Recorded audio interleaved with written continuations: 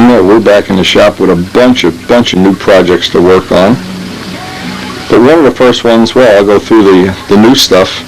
One of the ones we want to finish up hopefully in the next day or so is the pavement gear for Miss Ashley. We're hoping we're going to be coming up on some flying weather soon. We want to get this ready to fly at Palisade Park. We have the clear on the gear. We did a little dissertation on how and why we want to make pavement gear. We should be able to finish them up in the next day or so.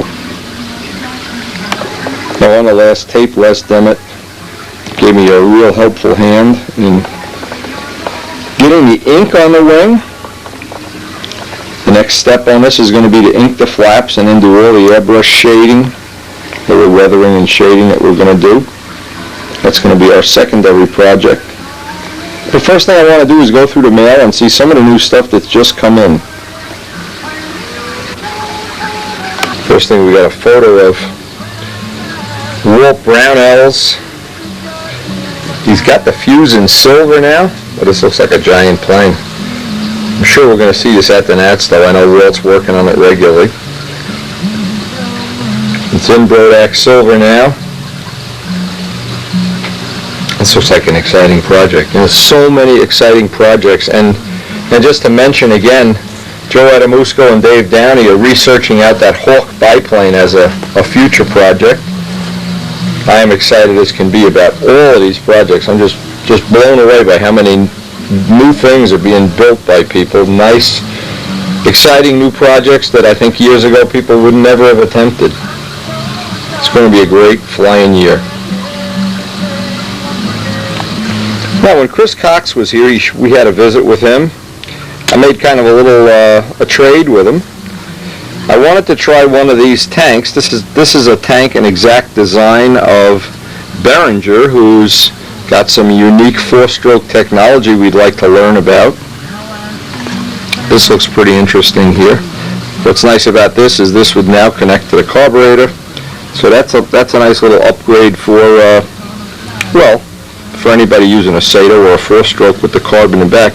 Notice the shape of the tank. This should give a clean shut-off too. We're going to be testing this tank as soon as I see if it fits in Strago or not. Another thing, it'd be worth testing, well, as long as we're going to have a test plane for this tank, it'd be worth testing to see if this is an appropriate choice for a two-cycle. If it works well on a four-cycle, no reason it won't work well on a two-cycle. Now, our agreement is that I'm going to make him a carbon fiber tank in exchange for this, so he can try our technology. We can try the Behringer technology. I'm going to go over, it's not a fair test to see, obviously the carbon one is a lot lighter, but in this case, if we were to really get excited about having this design, we could have tooling made if we see that there's a lot of potential in this. And again, I'm not sure, the only way you know any of these things is by trying them. But this is something that they've been using in Europe. Mr. Behringer is obviously one of the world's best flyers, and he's a machinist and engineer, so we're hoping he can contribute something to our modeling enjoyment here and our knowledge of modeling. Interesting. Now, it doesn't take me long, and I'm already thinking.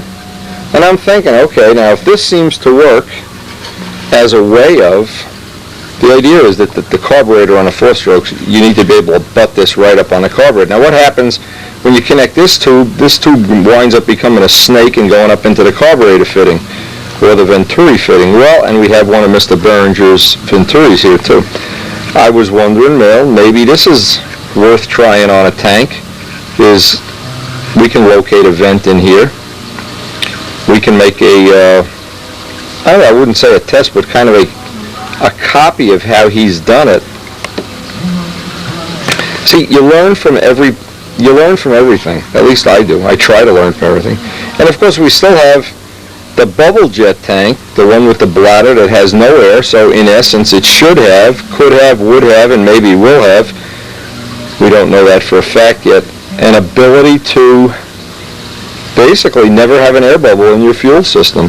Again, we're going to be testing this stuff. The only way I know to find out if it's appropriate stuff or improves it is test it. And that's what we plan to do. Also, one of the carbon fiber props that Chris sent us. I don't know who manufactures this or who makes it. Maybe Chris makes it. I don't know. Nicely made. Very, if you do an eyeball pitch, you can see it's got a lot of pitch at the hub, very little at the tip. Kind of a helical pitch prop. But this is supposed to be a prop that has exceptional drive and works well on the Sato 56. Fortunately, we just happen to have a box with two Sato 56s in. So when we get some appropriate weather and most of all appropriate time, we've got a lot of stuff to test. Again, I think this is just going to be the best flying season of all time. If that wasn't enough, we have Dub's bubble jet tank already mounted. We already have this in place, and we have one of his big fuelers. And most of all, we have the directions on how to use it. And we're going to try to replicate the system that virtually everybody in Pylon uses. It's universally accepted as the way to go in Pylon. We're going to see if we can make that work on a stunt ship. Now we know the Medusa 10.6.3 blade works great on the Jet 35, but now we have even more choices because Elliot Scott has graciously sent us 3 more props. These are 11.6s in our jet test program.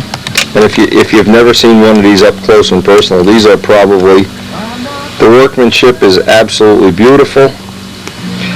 They're balanced when you get them, unlike some props that you have to spend half of your day balancing. And most of all, they're relatively inexpensive.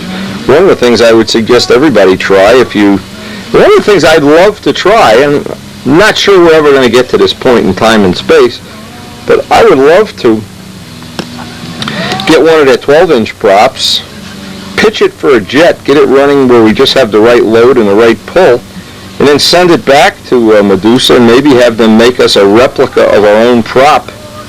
We're certainly going to check that possibility out real soon because these people really have some nice stuff.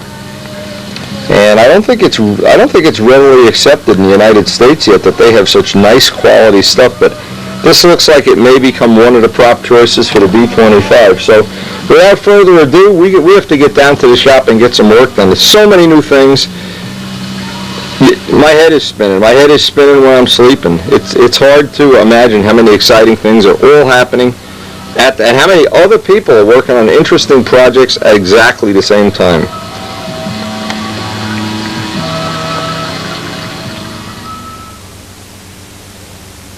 The props that I got from Elliot, these are perfectly balanced. You don't need to even touch them with sandpaper or grinding compound. But this surface, the hub surface, I would highly recommend you take an engraving tool. Now I open up the back here. I have a special tool because the jet has a little lip that these are going to go on Jet 35s. Also, this smooth surface on a carbon prop, it tends to slip. So what I've done over the years is I just have this, it's about a $10 tool. It's an engraving tool. You can buy it anywhere. It's made by Dremel. And I like to put like a sunburst on there. All you need to do is roughen up that surface.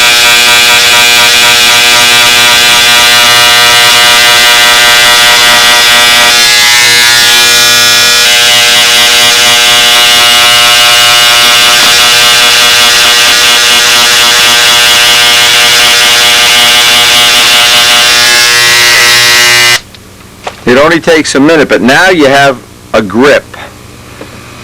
And you don't have to make yourself crazy worrying that the prop is going to come flying off. And I would recommend anybody, any carbon prop, that you do that, and the back of the washer, especially on a Sato. The back of the washer that goes on here, for some reason Sato doesn't put a knurl. Cheap insurance, a good tip. Also have this giant jet. He calls jet, Dub calls it a tanker, but it's a giant fuel syringe. And I'm looking at this and I'm thinking there's another use for this that I never even, didn't consider. This would be okay if you just were going to fuel up your plane. You didn't like to have the pumps that we use, the ketchup bottle pumps. Another nice thing is, see how this is, it's measured in increments, 1 ounce increments. Now this is a nice thing, and you can get that right from Dub.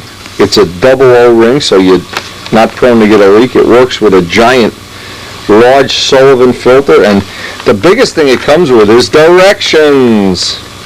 And when we go out to fly, we're going to take the directions and the fueler with us, because we really want to go step by step. I really would love to see that work.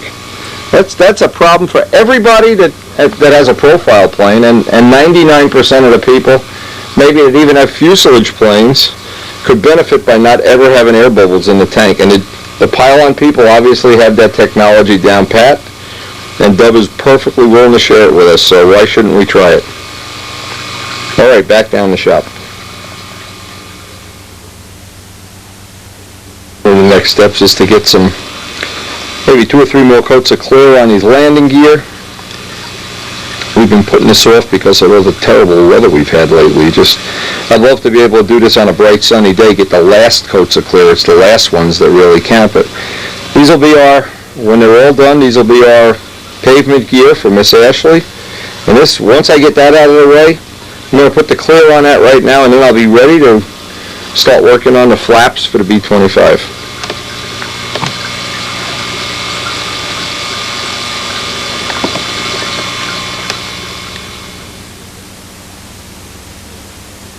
I remember a while back, before the big hailstorm, John Pothier sent us this little computer printout, and what I want to do is just carefully pull up. This is just ordinary office paper and rubber cement.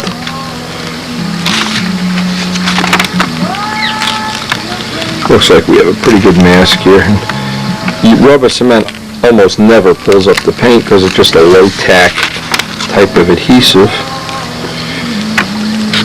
Gives you a lot of options too when you're doing this kind of, any kind of, oh yeah, that'll work.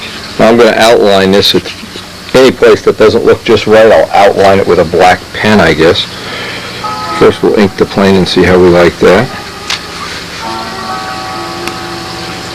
Of course, one of the tricks you can do with this kind of a thing, now you can make a 3-dimensional by making the ink bigger on one side than the other, if you want to get cute. I don't. I just want this to look military, just to have the look of a military, and I think we've got it. Because it's rubber cement, you've got to kind of, with your bare hands, you can just peel it right up, roll it off carefully. Then a quick wipe with M600 will just make sure we're clean so we can do the inking.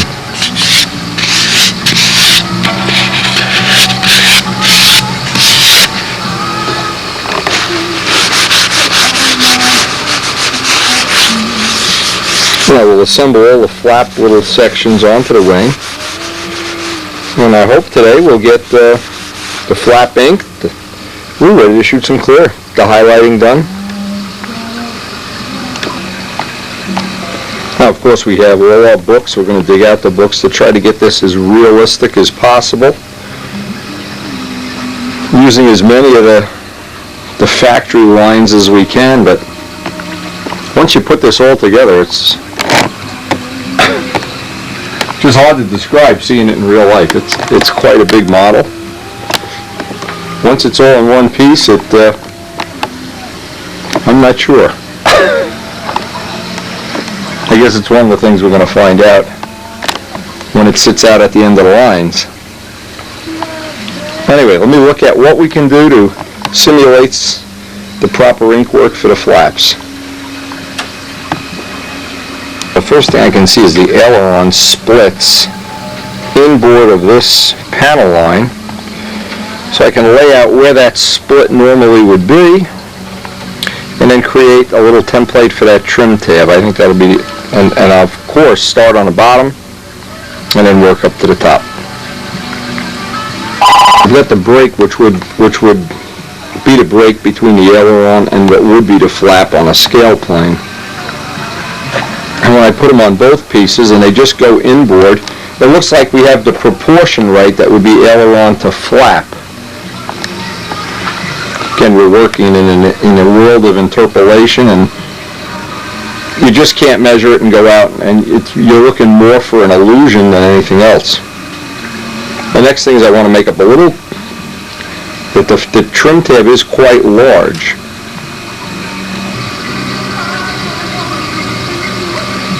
Here I'm just looking for a proportion. I'm trying to lay out what I hope will be a proportion. It's really like a mind's eye thing. Now I need to know the length on the real one is about 40% of this. So that would be about 4 inches.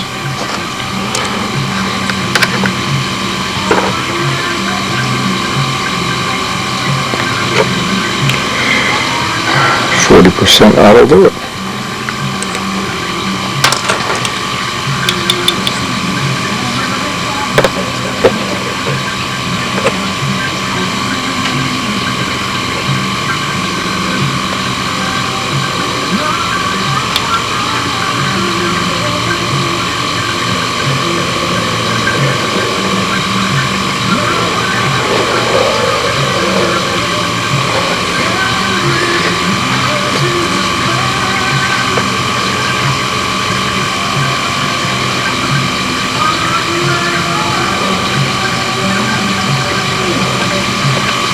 I think that proportion will be close to what we're looking for.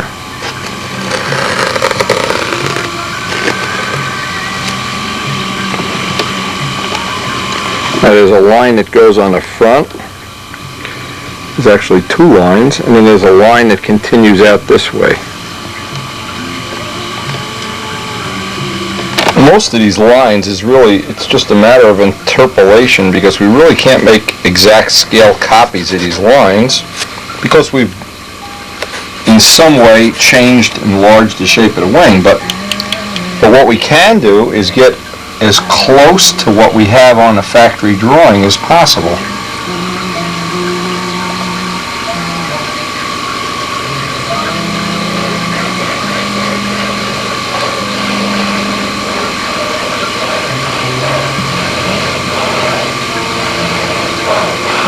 We have so many projects in the shop here, but by far the one I'm looking forward to the most is the first flight of the B-25. I think that'll be a day that'll live in infamy. Hope good infamy, not bad infamy. It's been a team project all the way. A lot of people have contributed their best efforts.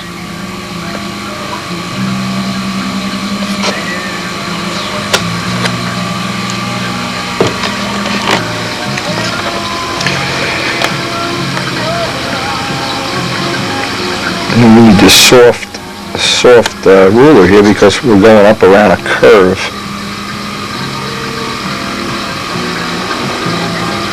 I think it's safe to say too that we've learned a lot along the way in doing this project. A lot of things that I know can be better on the next model.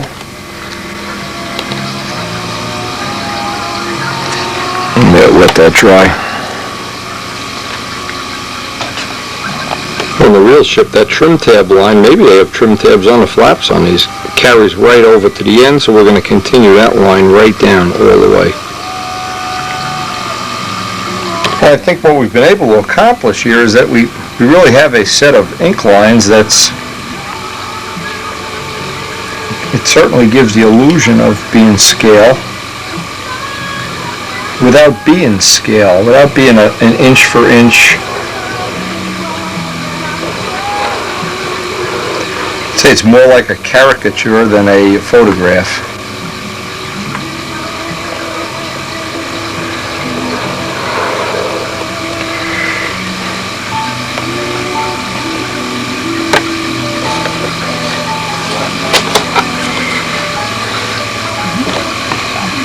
Now the middle flap line just has a line edge to edge.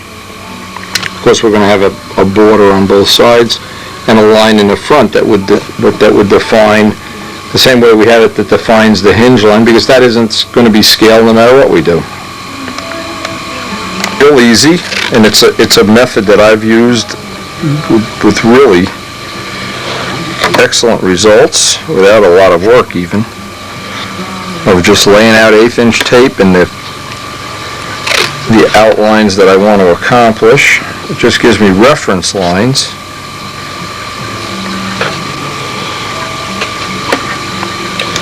Now if I make this totally or as close to scale as I can, that line that goes on the outside will go right through.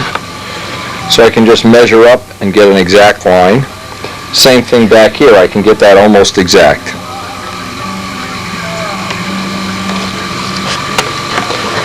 We really have to just eyeball this so we have a soft ruler that we can put bends in.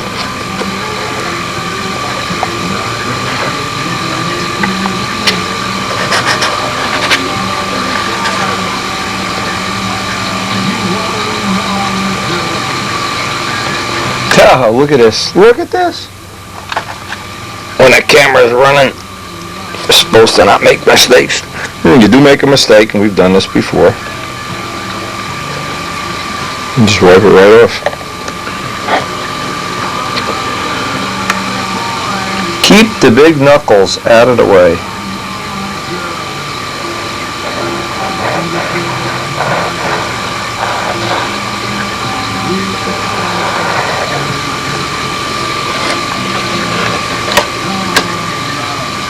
Now obviously I have to get this line on the bottom, these two lines, and then I'll have one side done and I can kind of look at if I'm happy with it or do I want to add or take away.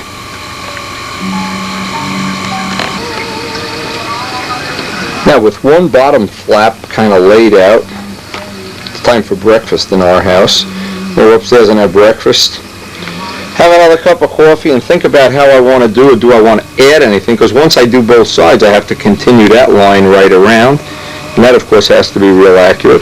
And then I always like to get up before my wife gets up, have a cup of coffee, think about what I'm going to be doing, plan out my daily schedule, because there's so many things to do. It just isn't, like just go buff props all day or something. It just, the scheduling of it and the time management is a major part of what I have to get done if I want to be efficient about this. One of the things I wanted to try to simulate, because it just adds a little detail. I don't want to get into doing a million rivets out on a wing. I just think it's going to get too busy, but I can put the lightest pen line I have just to accent the ribbing that's in the flap. Now I'm not sure if that's fabric covered or not, but you can see obviously this is sheet metal. This may be, and I'll look in some of the photos and see kind of what that looks like, but that'll be one of the touches. And see, I'm glad I had a cup of coffee, and I go out, I have the coffee, look at the books, and I say, well, what looks wrong? What looks better? What looks different? That looks like something I could add without any problem at all. This thing on something like this, but I want to make sure I get an equal spacing, and I'll explain what I'm talking about. Whenever you're trying to fill a box with equally spaced lines, the problem is you don't want to get to the end and have a half. You don't want to have these and out here have a half of a rib. And from looking at the way that looks, I don't want to have that. I want to have it that it's equally spaced, even if that's not exactly prototypical. So, point is to get a, let's see if we can get a measurement on what the dimension really is. It's exactly 10 inches. So we'll make them an inch apart and see how we like the 1 inch apart. Now normally we could use a triangle up against the trailing edge to get these 90 degrees. We can't do that now realistically because trailing edge is not 90 degrees. These are swept forward hinge lines. Now that'll space it out equally. Now the hardest part is going to be, well, we'll see how we, see it's easier to do it with a light pen. Let me get this working. And just get an idea of what this is going to look like. I'm not going all the way to either edge. I'm going to leave a little bit of a gap. Exactly, in fact, what the drawing shows. And I'm using the lightest pen. This is an 030.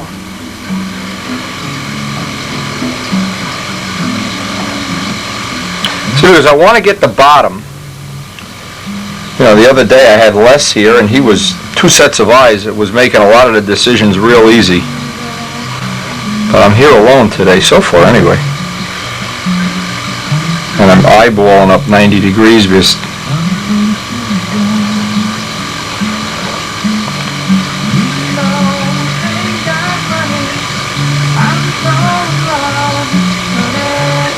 anyway, even a little detail like this, it's amazing now. earlier this morning I was thinking, oh, I'm done, I'll be doing clear today. Well, then I look around and I see more details that I want to put on this. But that's the fun of doing it. We're certainly in no rush.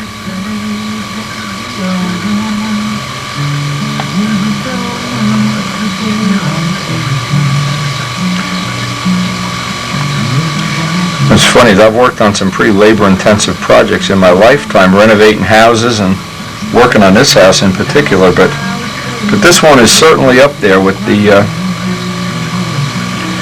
labor of loves of my life anyway. Yeah, I kind of like, now I get time to look at this before I do the top. I can look at it from a bunch of angles. I'll go do the other panel. And I can kind of look at it and see if I'm happy, if that's adding the dimension that I'd like to have.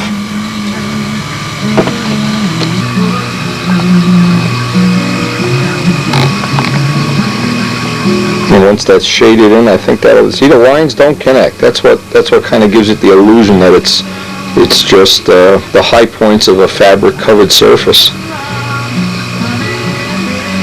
Again, I'm trying to walk this fine line between it's too busy and not realistic, or it's okay. Now the other one looks real nice too. I'm kind of happy the way that worked out.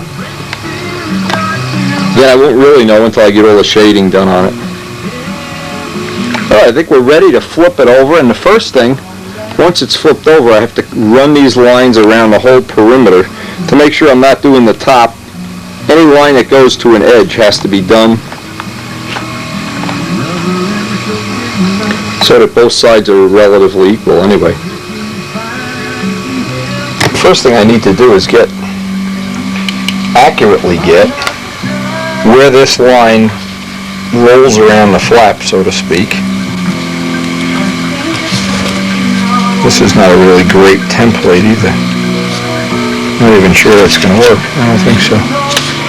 So what I'll do is I'll just do half at a time. Since it'll end in a hinge line, probably won't even really see it. And this is a thicker line because it's a separation line. It's thicker than all the lines around it.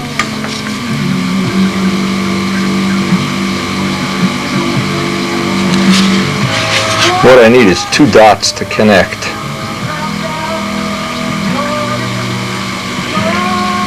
Now with those 2 dots, now I can connect the dots. This is actually an extra thick line. So I'm going to move the template back just a little bit and double it up.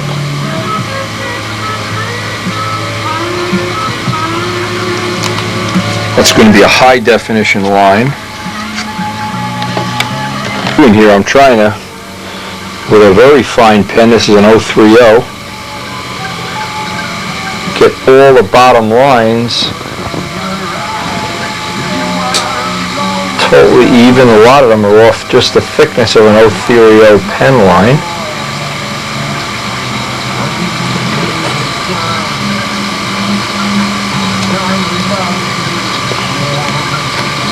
And needless to say, also will do any of the edges I possibly can get an alignment on.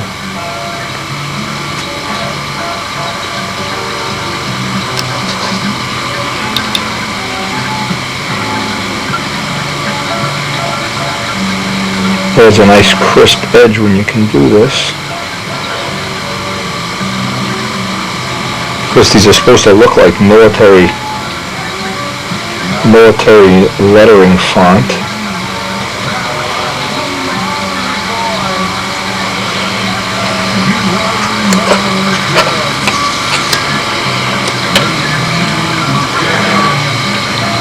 We're coming up on the very end of the inking, because as the more I look at this, the more I'm concerned with it getting too busy. I want it to stay, as realistic as I possibly can make it. And I think to a big degree we've achieved what we were started out to do. Maybe I could use the small ruler here.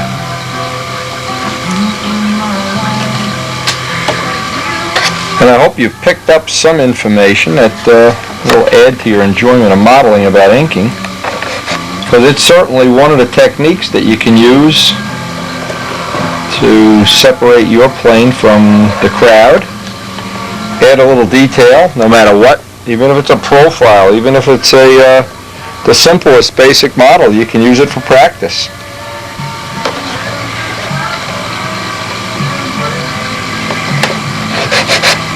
And as I close in on this, I'm hoping we're going to get some weather either today or tomorrow, so I can shoot the first coat of clear. I need to do the shading, probably do the shading this afternoon.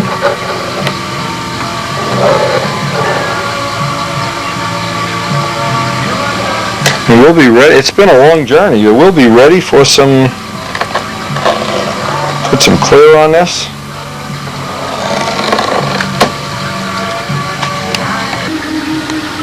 I'll get one last look at the ink lining before I start the shading.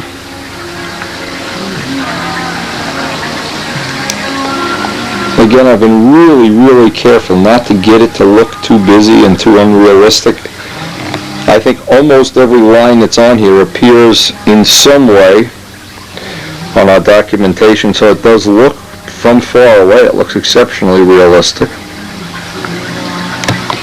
And I know the Brodax silver, this new B25 silver, is going to pop as soon as the clear gets on it. Now, what I use for the shading is a mix of black with a little bit of the B25 silver mixed in. Just enough so it has a sparkle when it hits the sun, rather than a dull, flat look. And some people might not think that's super realistic, but I like the effect. I think the effect is really nice. Again, that's all in the eye of the beholder.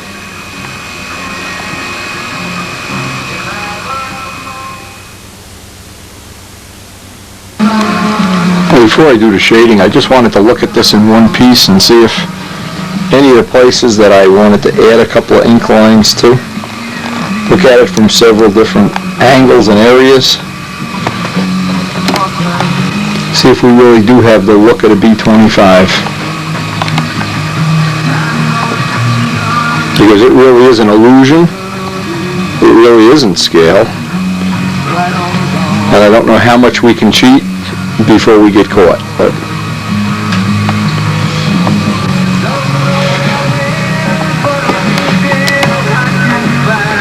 I think when it's all put together and we have all the clear on and it's all buffed out like a mirror,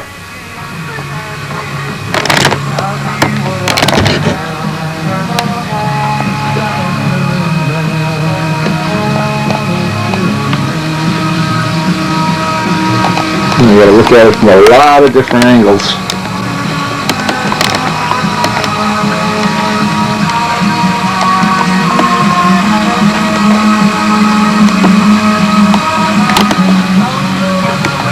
We'll look at it from this angle.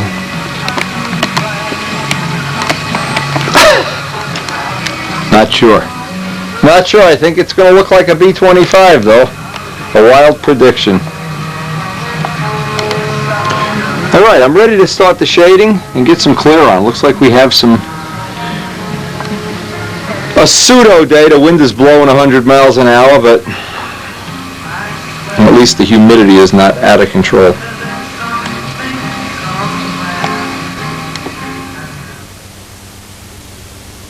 Always good to practice anything, truly anything, on the bottom.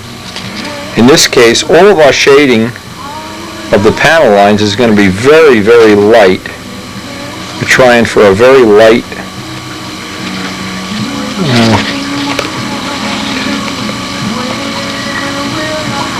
just the slightest hint.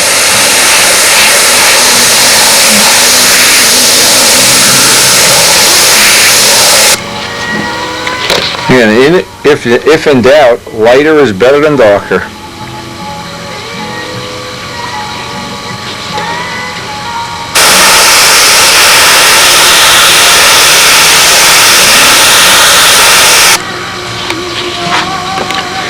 Even though that looks muted, once the clear hits that, it's going to change dramatically. Now all the dark edges go to the back of the ink line or to the outside of the plane.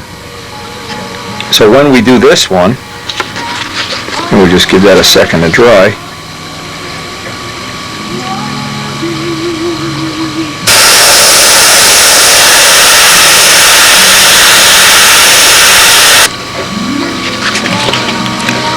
There's an ever so subtle 3D look to it.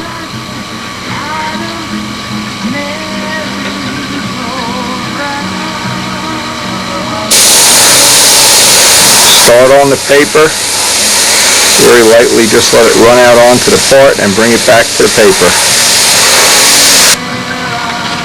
Now it's real easy to overdo this. This is one of those things that if you get carried away, like a lot of other things in life, if in doubt, I think there's a simple rule to follow. A little bit less is better than a little bit too much.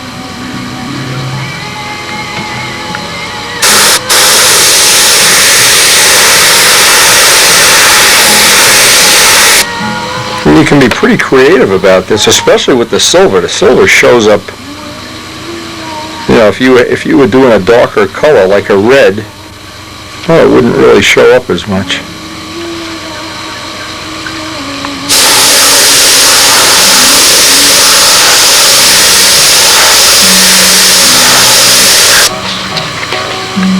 What I'm looking for is that it's just the darkest, and then it just in the center and it fades. It's dark at the fuselage and works its way out. By the way, what will happen eventually, you get paint buildup on one edge, so you just rotate it and use the other side of the sandpaper, or cardboard or paper, material of choice. Again, this is a detail touch that the nice thing is, adds almost no weight at all. It'd be probably difficult to even measure how much extra weight you're putting on.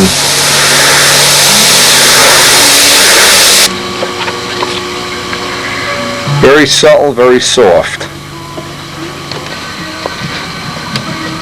Now in this case, I want the trim tab to be highlighted.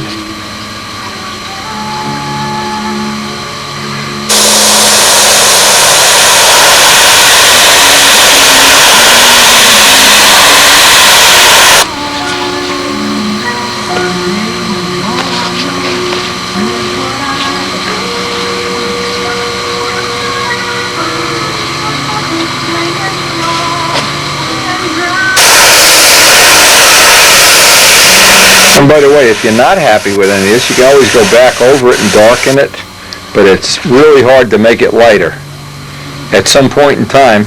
And that's why I would really suggest, if you're in doubt, make everything very muted and subtle, because it's, again, like a lot of decorating things, easy to get carried away.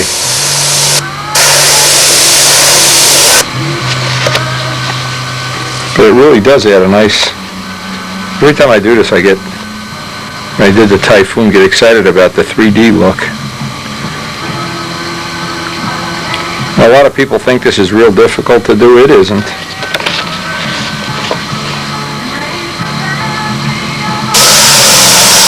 It's harder to control yourself and not overdo it than it is to do it.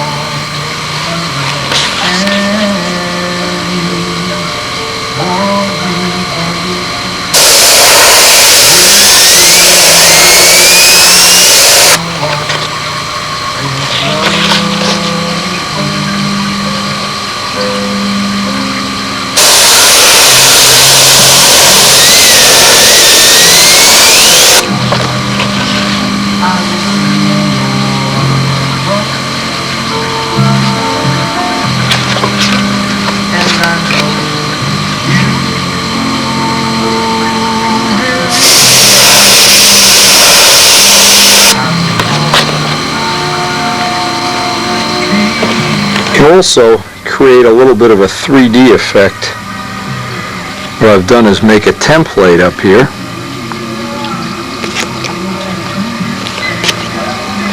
I'm trying to look at where I would want the 90 degrees to be. Here's one here where we have a shaded area. And when two of them, the 2 points interconnect like a checkerboard, it gives a real nice three-dimensional look. You can do that over and over again. You can be as creative as really as you can be.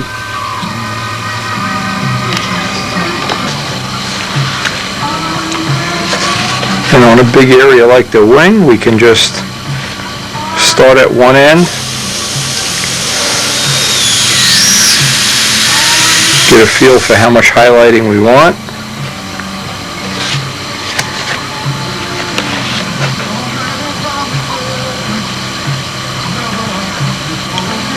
But I think it's most effective when all the highlighting is on one side of the line.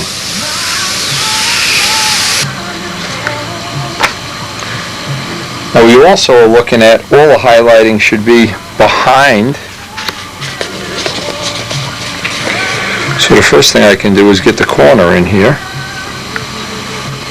This is where it would be handy to have a helper.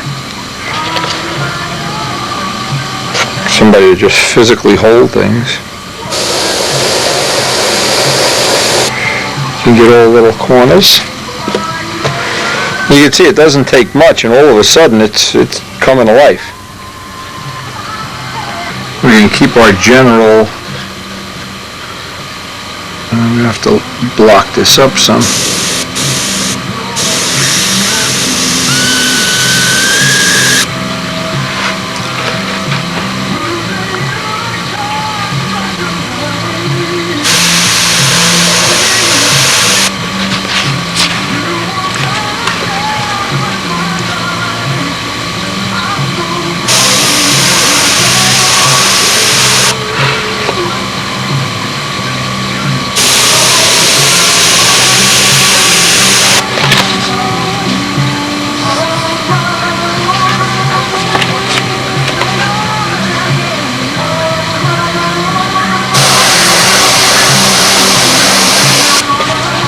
Now it always pays to, once you do a little section like this, just stand back, look at it from a lot of different angles and make sure it's exactly what you want. In this case I want to get the bottom corner. The corner that has the shading always will have the corner darkened.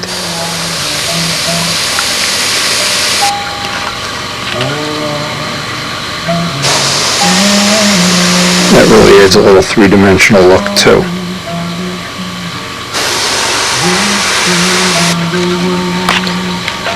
Again, I think the more muted it is, the more it tends to look realistic and not like an afterthought.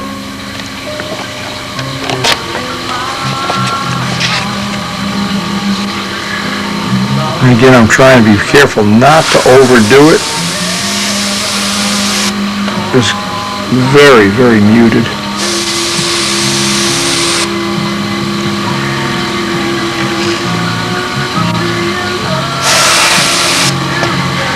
And you don't want to go the whole line. You want it to kind of fade. The right word is fade.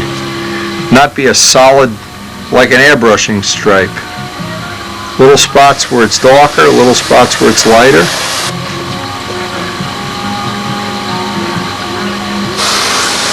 And on the Brodak B25 silver, this really adds, I think, something just really special to it.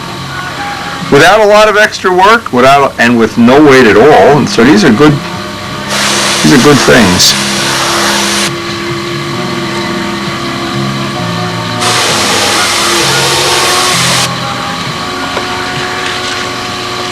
Now it's the corners, so we want to have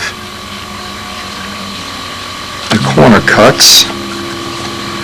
Let's see, how do we want to do that? We want that side to be, I gotta think this through. We want that side to be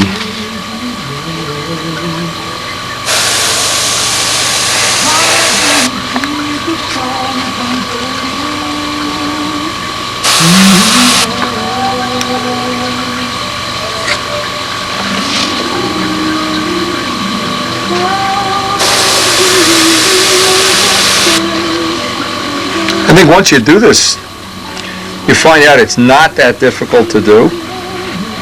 Relatively easy, in fact. And if you don't overdo it, I think you really does add a little dimension of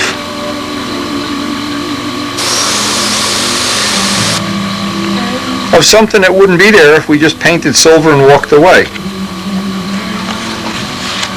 Now the trick is when you do a section like that, stand back, walk away, look at it from a lot of different angles. And no matter how many angles I look at this from, I really have to, before I go out onto the outer wing, I want to make sure I'm really happy with this. What I'm going to try to do is come up with a little bit of a stain around the whole perimeter here, and a stain around the turbocharger intake. So I look around and I try to figure out what is it about this that I either like or what don't I like, so I don't keep repeating if there's something about it I don't like. I really like where the dihedral break is. When we inked this up, that was one of Les's favorite. He really thought that looked pretty good. Again, all this is in the eye of the beholder. Some people think this is not really, and they would rather see the wing look like this. Well, you see, now you're in a position you can see. I think the three-dimensional look is really something nice. Anyway, we're going to continue on doing this. Not so sure we're going to be able to spray clear today, but it would be nice if we could get a coat on. But this is something that's just going to be time-consuming. In every way it can be time-consuming. It's just going to, couple hours here, couple hours there. But in the end, if it looks like what we have envisioned, and again, it's that vision. You see it. What I wanted to try to show is a wing that was unshaded, a wing that was shaded, back to back. So you can kind of decide if you like it, or just come out with how much of this you really do want to include on a plane.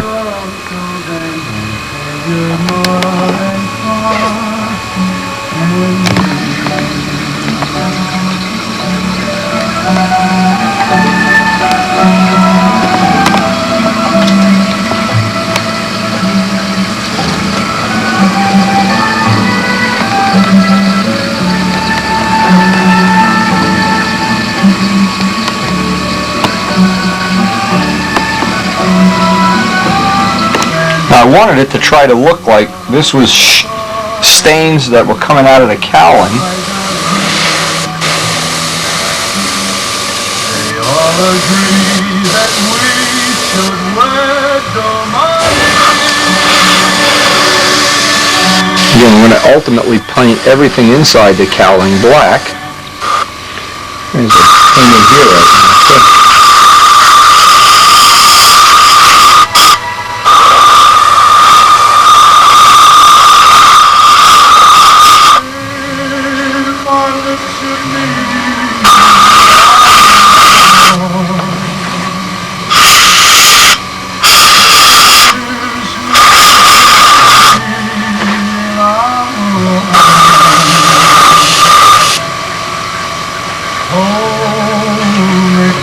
Detailed.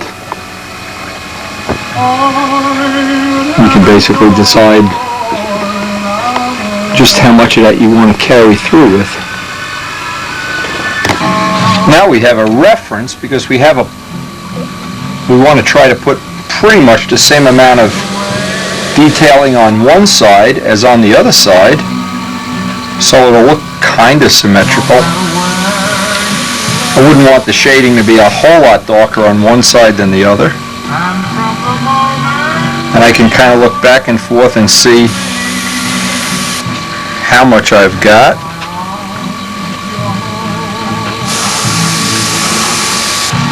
What I really do enjoy, though, is when you shoot the clear on this for the first time and that color pops.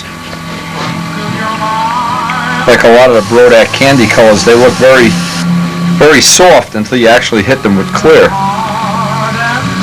Now we're going out this way, so I'm working left-handed now.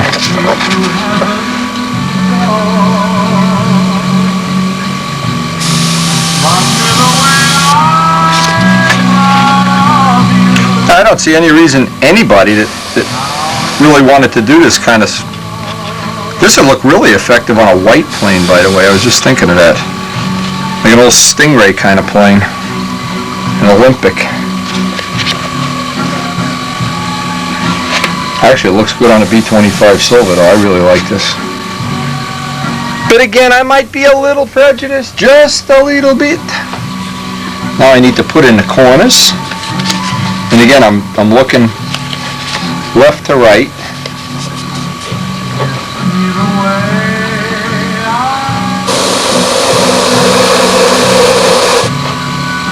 The corners really do look effective.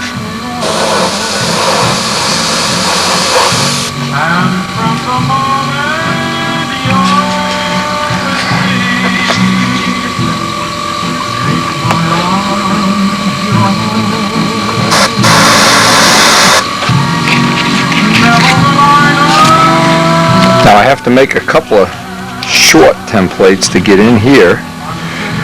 So I'll use this one up because it's got so much paint on it that I can just basically throw it away now, or probably could use it for sandpaper if you really were, in real economy mode.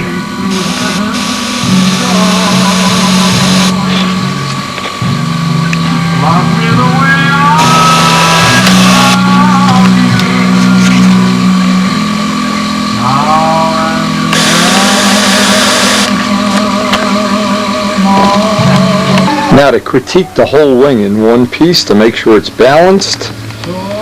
Back of the nacelles have that same look. Turbochargers have the same look.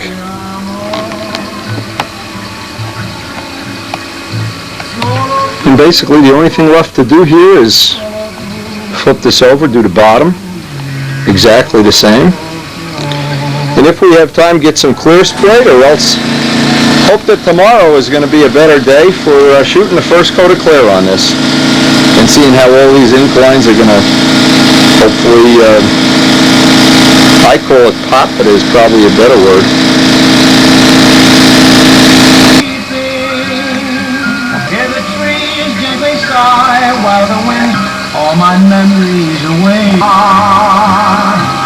It's time to flip it. We'll do the whole bottom off camera because it's going to be exactly the same. I hope we can get some clear on this today.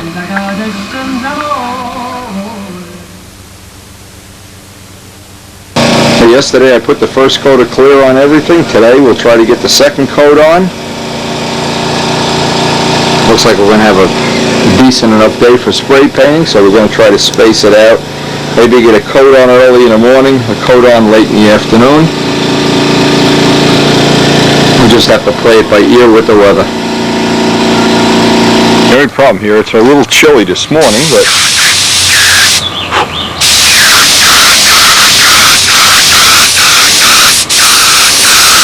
long as the humidity isn't high, you should be able to get on a really nice coat of, get that dope to lay down in the cool weather.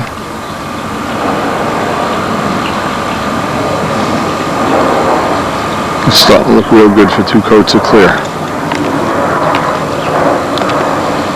I always like to start with some small parts and then work my way up to the last thing, the wing.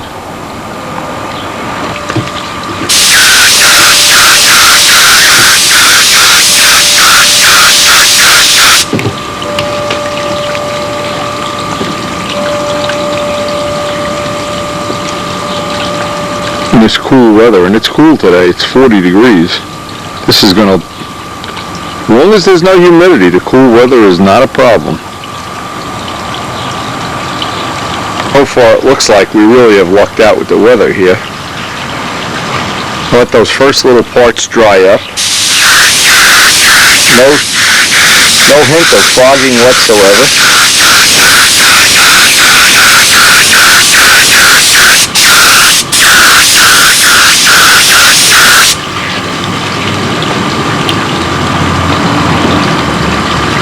In cold weather like this, if you can get a cold day with no humidity, that dope just lays right down. I wanted to show the sparkle, the gloss of this B25 silver, new Brodak color. That is just spectacular. Keep in mind that's not buffed out either, that's just 2 coats of Brodak clear on top of the B25 silver.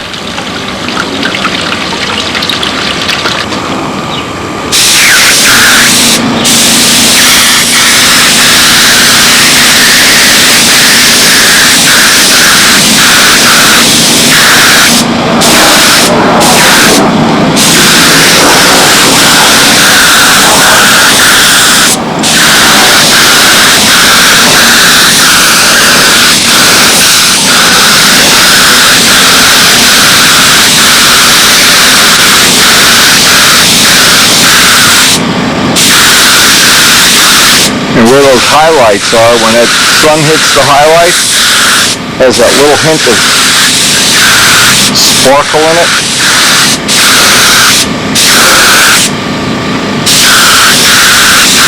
So what I want to have here is a wet coat. I want it to look wet when I'm done.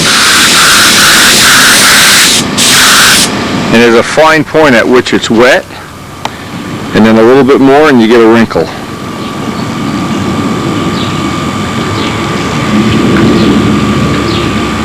I think we're going to be able to take advantage of today and get the clear on this, well, most of it, right up to the last coat before we have to sand it out.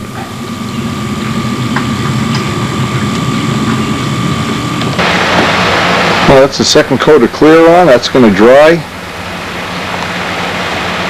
In the meantime, we have other projects to work on. It looks like it's going to be a really nice day.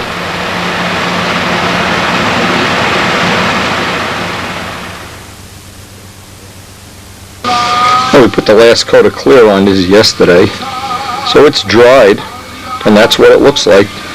That's what Brodak dope looks like when it dries, when it's put on using the little method that's standard. There's nothing special about it, but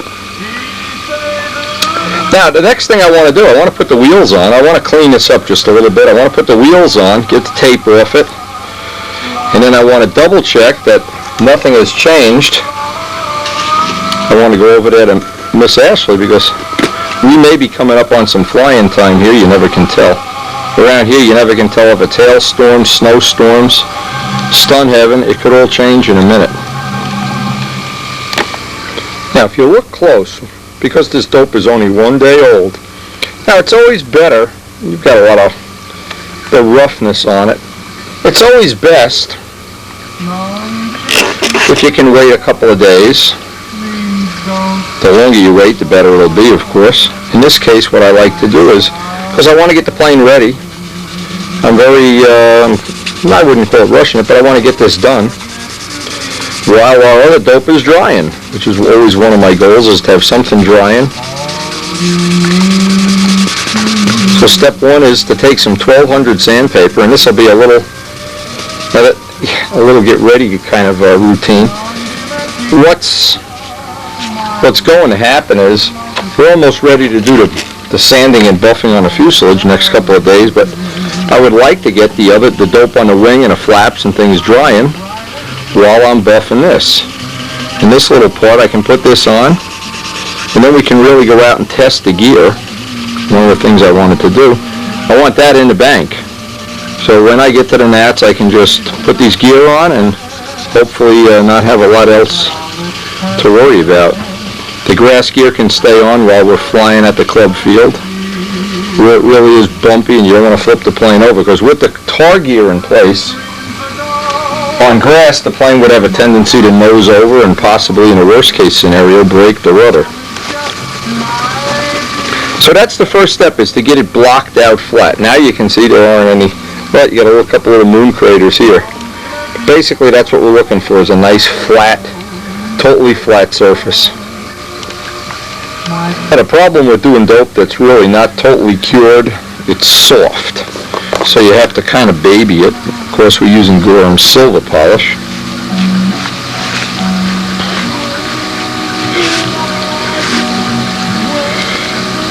Now, if the paint were a little bit older, it would come up a lot quicker.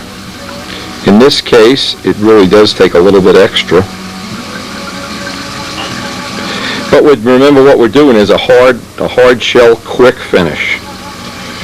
We just want to see how quickly. And you probably could do this all in 1 day, from the CA to the clear to the buffing, if you had a whole day and it was warm, like in sunny California or something. In this case, we haven't been in that much of a rush, but we would like to get this on the plane. And this is one more part of, just getting everything in order before the real flying season starts. Now, at some point in time, you'll see it just starts to come up, it starts to shine, and because it's soft, that's the point at which you want to kind of quit while you're ahead.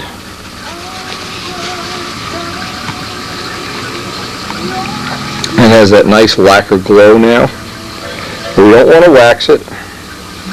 Don't want to put anything on there that's going to, in essence, seal this. We want to let it air to the atmosphere as long as possible before we wax it. Now, Rich Jacobone and Mold Rindak have both told me about these wheels. Rich actually bought me a couple of pairs. These are much lighter than Dave Brown wheels. The only trouble is when I called up, I didn't call up, I had Rich call up, to try to get me some 3-inch ones, they don't exist. So anyway, we do have some 2-inch ones, which is going to be one of the choices we'll have for these. I'm trying to see how much they weigh.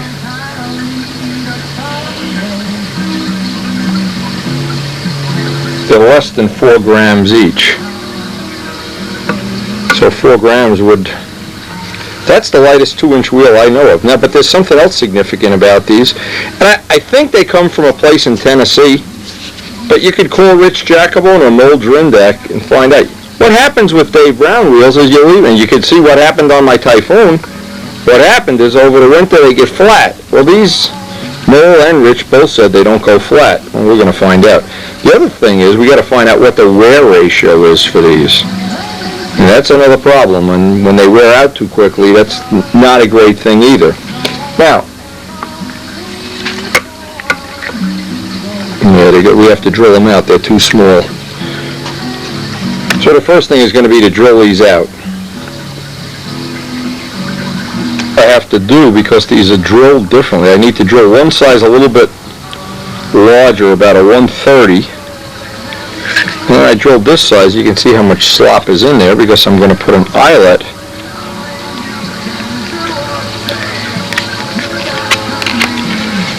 And I still want, if you can see this, just a little bit of play. Now, if you don't have any play in the wheels, well, you're asking for some crazy takeoffs and landings. Just a little bit of slop in the wheels. When I solder that, that's actually a little bit too tight. We'll have to run that on a maybe one size bigger drill. Get some clearance in there. I just have to trim the wire off now, solder this, and we're ready to install these. The last step, of course, is to mount them and then check that teeter-totter.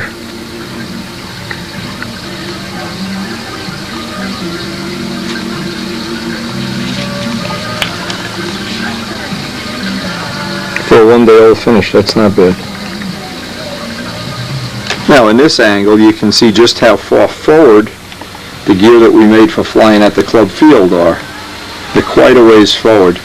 And it's difficult with the gear that far forward. It's really difficult to land without bouncing. It's not an easy thing to do. So what I'm going to do, well, I'll take one gear off so you can compare where the grass gear location is relative to the pavement gear. Now you can see how far back the pavement gear, see the angle? How far back the pavement gear are relative to the location that I think we can line it up this way. It's quite a bit further back. Now all we have to do is, once we have the both of them on, make sure that we don't have any change from where we originally set them. Now with the two pavement gear on, first thing I want to make sure they're lined up right. These look pretty good, but I didn't change it in the course of making the gear or sanding them or painting them. Now a ship typically will, at least the ones I've had, typically will turn a little bit tighter inside with the gear back. In other words, the bigger you make the wheel, the longer you make the gear, or the more forward you put it, you soften the inside turn. When you go in the opposite direction, you increase the inside turn. So this may even require a handle adjustment. Now the critical part of this is always, this is what I want to have when it's on its pavement gear.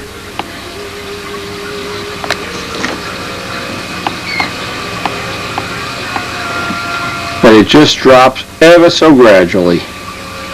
And it looks like I still have a reasonable amount of prop clearance anyway. We'll find out after we fly it. I'll put the grass gear as my spares now right in the car in a plastic bag, so that if I do decide to fly this at the Circle Burner field where it's grass, I can switch in a matter of a minute or so. And I need to get a couple extra pair of these wheels. Find out if Rich can get them, or if Noel Drindak and Rich Jacobone both have them. They have the address. I don't have the address.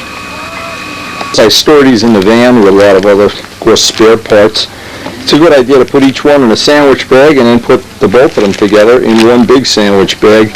That kind of gives them a little bit of protection. And that's one more piece of the puzzle out of the way. So when we actually get to the real, and see, to get all these things done before the flying season, it's a major help. Once you have a spinner polished, and I've shown that enough time on video, to keep it really at its final state of polish, 4-0 steel wool just seems to be probably the best single thing for polishing. Once it's been polished, it only takes about a minute. Bird, out of here! And get a look at just how quickly this brings, look at this bird. How quickly that brings it right back up from the dull to where it's really nice and shiny. Now, it may not seem important to get ahead on some of these little items like this, but believe me, I think it's one of the most important things I can do, is because we have such a limited amount of time that actually you can fly, that having a minute or two that you can fly, you have plenty of shop time. You have almost a bottomless pit of shop time. But once you get to the field, like we had last week with Rich's header flying off every 2 or 3 flights, I mean, it just blew a whole day for 3 or 4 different people that all had to work on his plane. So I try to get my stuff as reliable as possible, and hey, that's a good little trick. That was from Noel Drindak, by the way, the 4-0 steel wool thing for the spinners. But they have to obviously be polished first. Anyway, we have pictures. I have to download them yet. We have pictures of Paul Walker's new P-51 that have been out on the internet. I'm going to see if I can print some up this afternoon.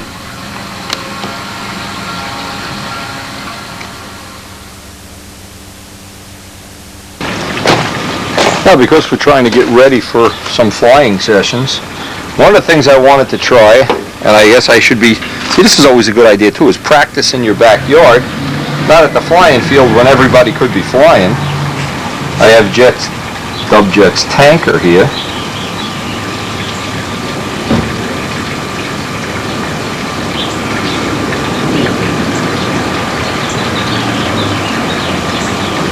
I wanted to see, well, I guess we're going to find out. I read the directions carefully. I'm trying to go exactly by what he said, but I'm sure I'll need a couple of days of practicing and getting familiar with this.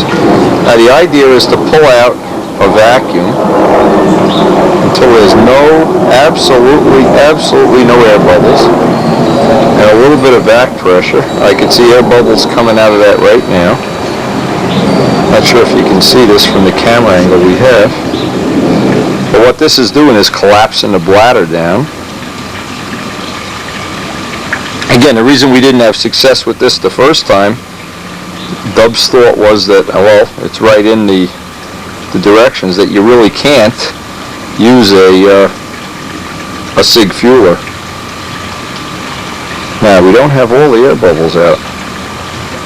I guess we really have to pull on this.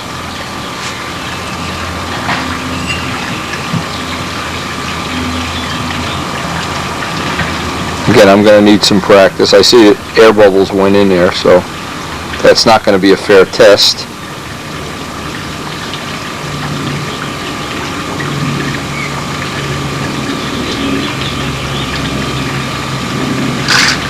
Oh, now I didn't have enough fuel in here, so let me go and do this backwards.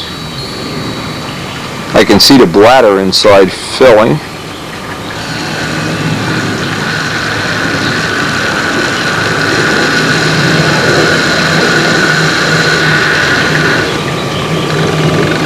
You can see I injected a lot of air in there, and that's I guess typical of the learning curve on anything. What I need to do is put more. Let's do this right.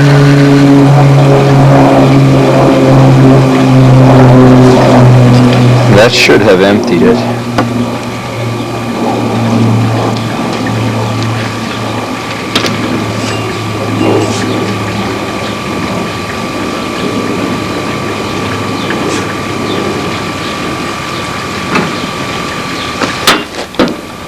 Again, I think it's just a lot easier to do this right now and figure out what I'm doing wrong, and the worst can happen, I'll send up this tape.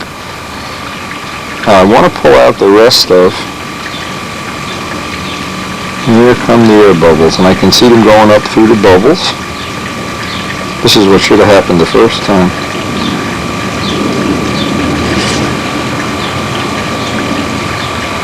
I'm wondering if I should be holding the plane on its nose.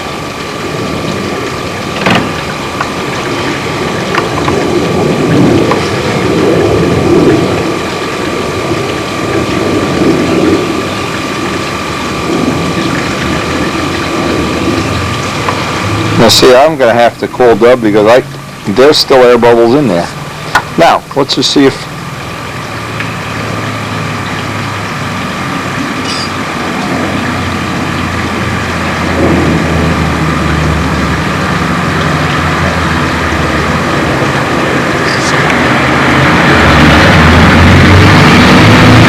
This is why I wanted to do this in the comfort of my backyard rather than wait to get to the field. And see, there's a couple air bubbles. Well, we're going to have to look at what we're doing wrong here.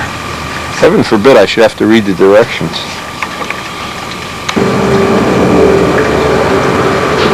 Now it's taken me about 15 times of going back and forth to the point where I have no, there goes the last of the air bubbles up there. Now to try to fill up, just saw another air bubble go in, and maybe I have to hold this straight up and down. See, I'm not sure in a pylon racer if they hold, the thing I don't know is if they hold the nose up like this. Does that help? Notice I have the directions. Anyway, we do want to learn about this. Okay, there is absolutely no air bubbles anywhere in there. Now here comes the last of a couple of air bubbles here. Now what I'm going to try to do is now push and fuel back. Up, there goes an air bubble. You know what it is? They're getting trapped in that Sullivan filter, I think. That's what's happening. Now I'm going to try running this once and just see how many air bubbles there are. Now there should be, in theory, here it goes, there should be no air, or there should be so little air in that bladder right now.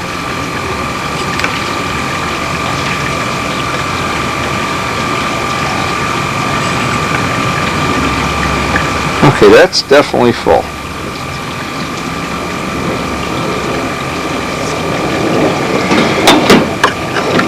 Now, if I go by Dub's directions here, what I should be doing is putting a hemostat on this line.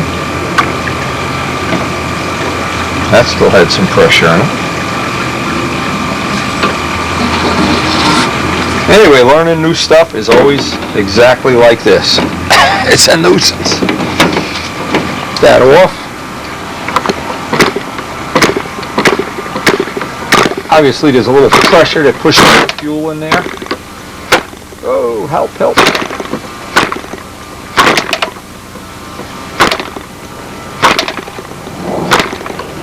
Now what I've done is, because I have the nose down, I think I'm siphoning the tank. What's happening? Yeah, that's what I'm doing. So rather than belabor that, until I get used to this,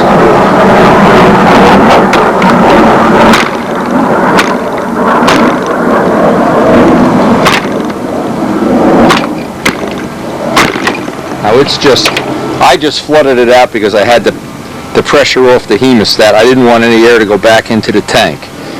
So obviously we're going to set this drain.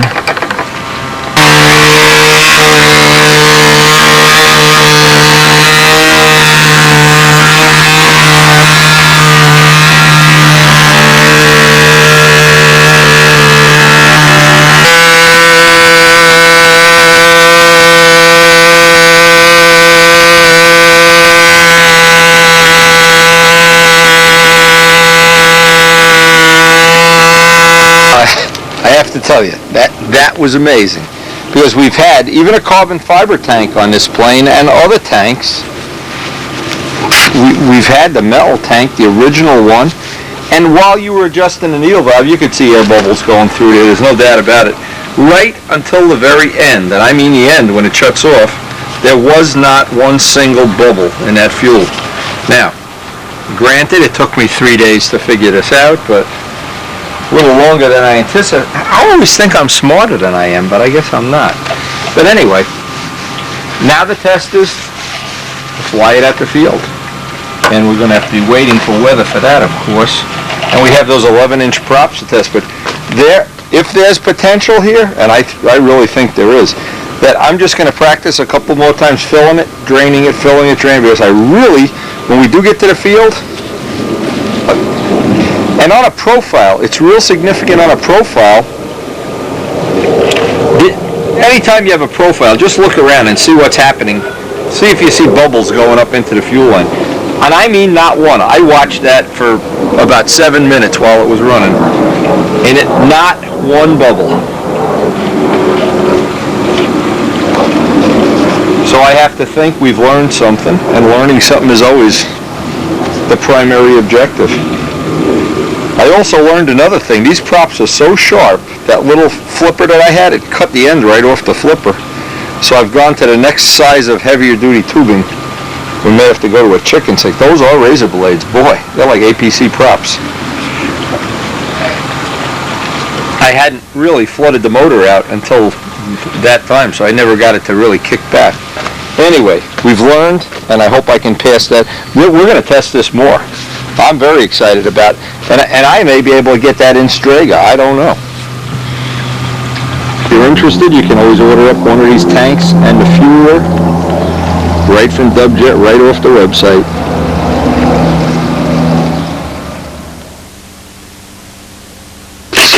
Well, I want to take the oldest of the parts that have been drying the longest with the clear, using some 1200 sandpaper.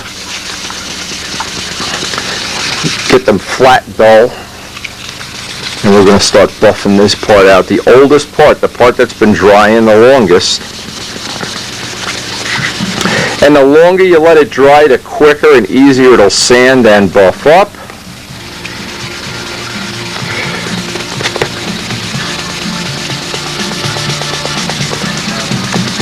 And if it stops raining out there, we can get a look at what the buffed out silver will look like out in the sunshine.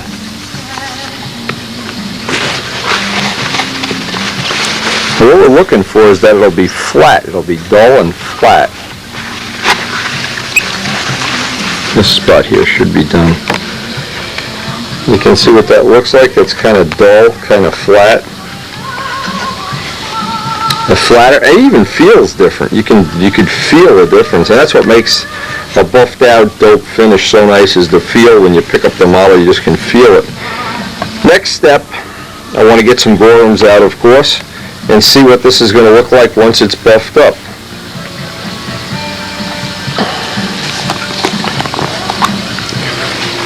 Now, depending on how fussy you are, and of course you can be infinitely fussy and get every little moon crater out, or you can just skip this altogether and go fly the plane. But we won't be skipping it.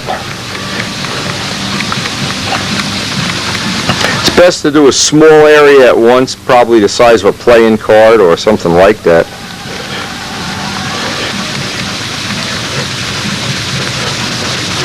Now, I've tried, and people have sent me over the years, I mean, many different, I'll call them Gorham replacements. Try this, try that, try that, but I always wind up going back to Gorham's as the choice. Now, just to give you an idea, I emailed Dub last night to find out if it would be possible if we could make a carbon fiber tank and he could somehow put a bladder in it. Reason for that is the round tank doesn't fit into most of the test planes, and I really would like to have it fit right where the tank is now. Here it comes. It's coming up quickly.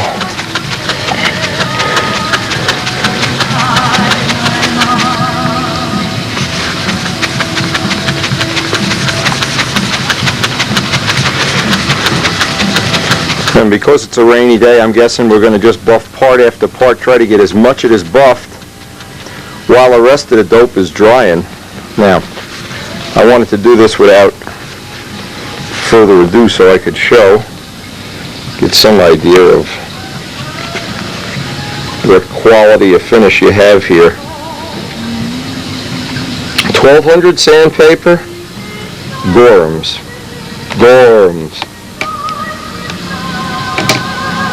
Anyway, Dub is going to be doing a pylon racer up with Brodak dope. It'll be interesting to see how that works out. Or if we'll be able to repay the favor to him he's been helping us with a lot of stuff motor-wise. Now what I'll do is I'll do the rest of this part, do one part at a time. I can actually sit and watch TV while I'm doing this, but that's what we're looking for, what we're trying to achieve on the whole plane.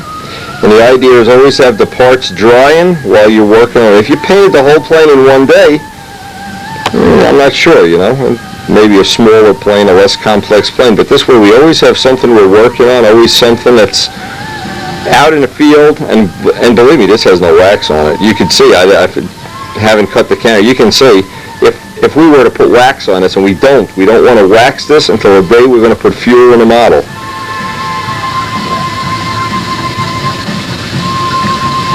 The first of the parts is really buffed up beautifully.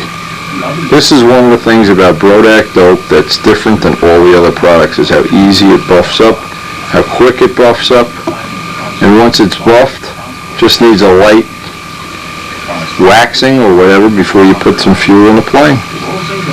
It's going to shine even better once I get some. This is the new B25 silver.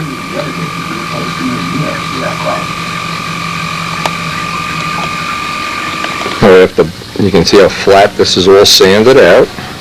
1200 flat.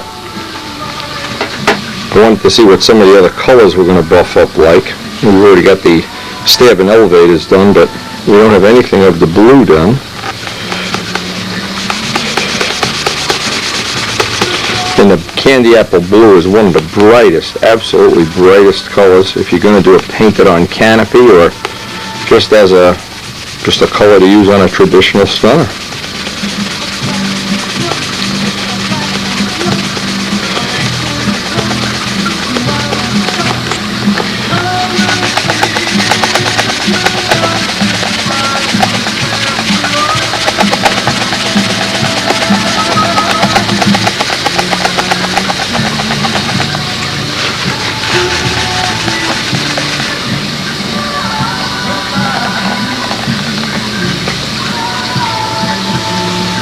Now I can take a little bit of final shine just to see what that's going to look like. Final shine doesn't have any wax,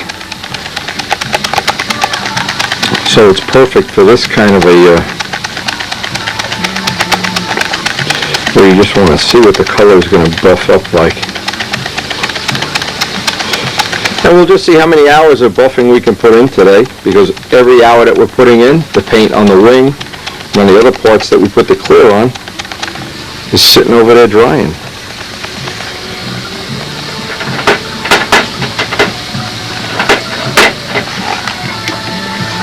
Oh, I also want to see what the red is going to look like when I get it buffed up.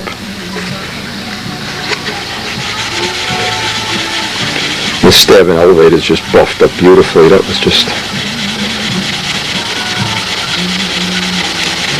Again, tricks that you can use is if you have a way of letting the dope dry out a couple of extra days. In the old days, what would happen is you'd paint a whole plane at once, and it would be in one piece. And what would happen is on a day like today, you'd think, I want to go flying. Let's hurry up, get it. Well, and then the other theory is you can always wait until you fly the plane to buff it out, but then you're buffing off about 1.5 ounces or 2 ounces of paint, and you can change the CG, and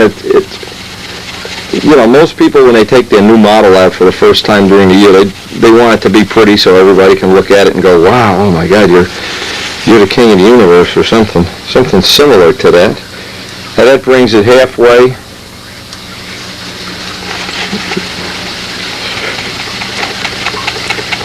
And this is just time consuming. Luckily, we have plenty of videotapes to watch, plenty of music to listen to. We got a good friend Chickadoola to keep us company, and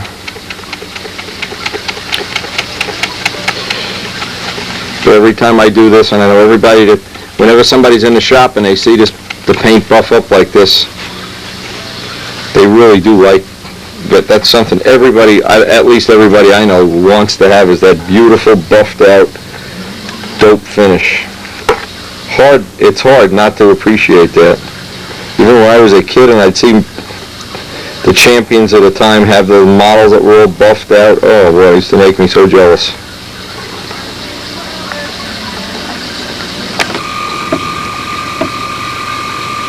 See how quickly and how nicely that's buffed up.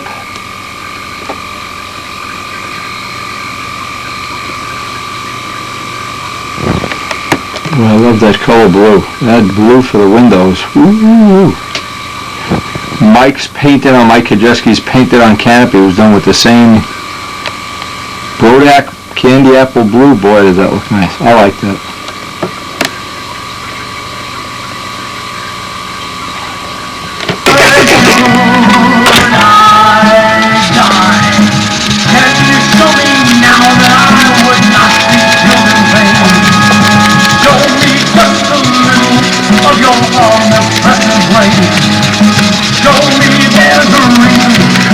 Now, the carbon fiber parts, of course, one of the things you don't have to deal with is worrying about wood seams popping or anything like that.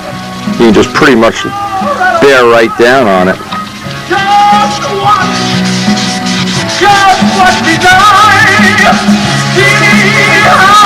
So what I'm looking for is that the whole part, before I get the gorums on this, the whole part is, you can see on the cowls, takes just a little bit less work because of course there's no wood seams or anything swelling.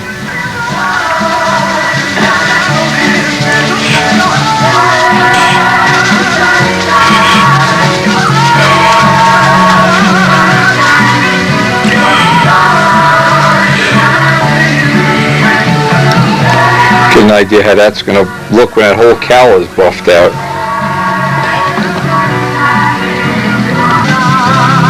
I'm very surprised how quickly the cowls are buffing up, because I did think this might be a problem, but I did not anticipate it correctly. I thought because it was carbon, there might be some kind of problem that I didn't anticipate, because it's kind of different doing this.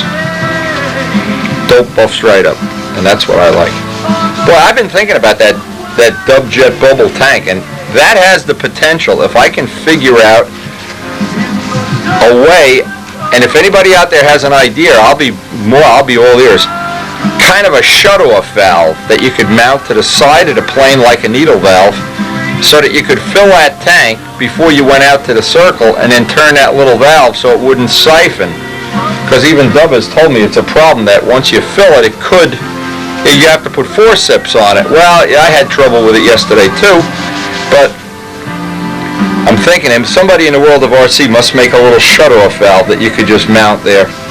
But thinking of potential motor runs you could have if you never had to deal with air bubbles, even if for one thing, if right at the end of the flight, like the most important thing on a 4-stroke, if you don't have an ounce of fuel in the tank at the end when you finish the pattern of clover, the motor wants to quit.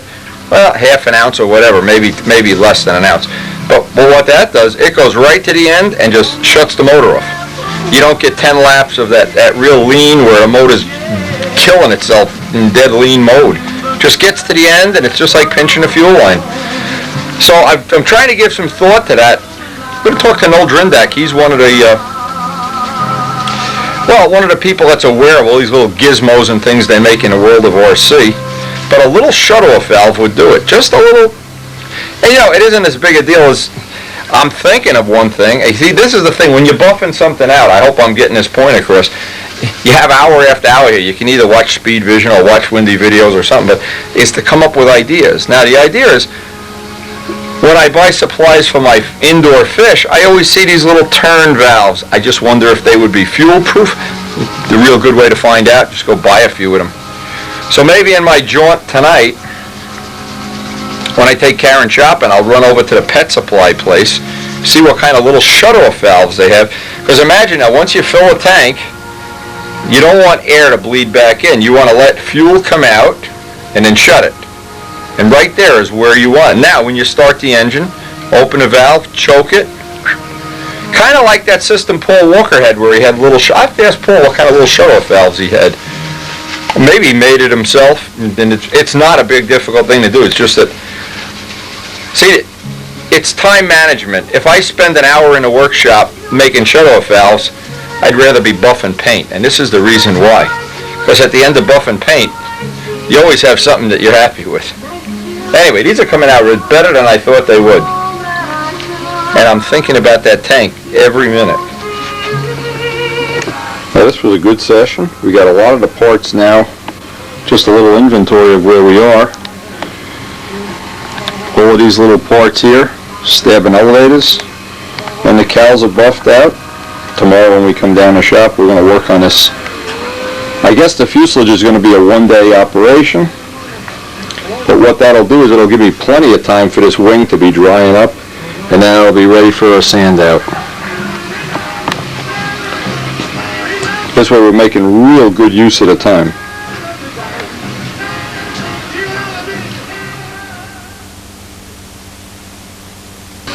Now in this session, my plan is I want to try to get, of course this tentatively is ready for buffing out. This has been drying quite a while. So I've tried to leave a dedicated session that I could get all of the sanding done in one stroke of the pen and all the buffing. That really is about enough for my arm. If I can get that done in one session.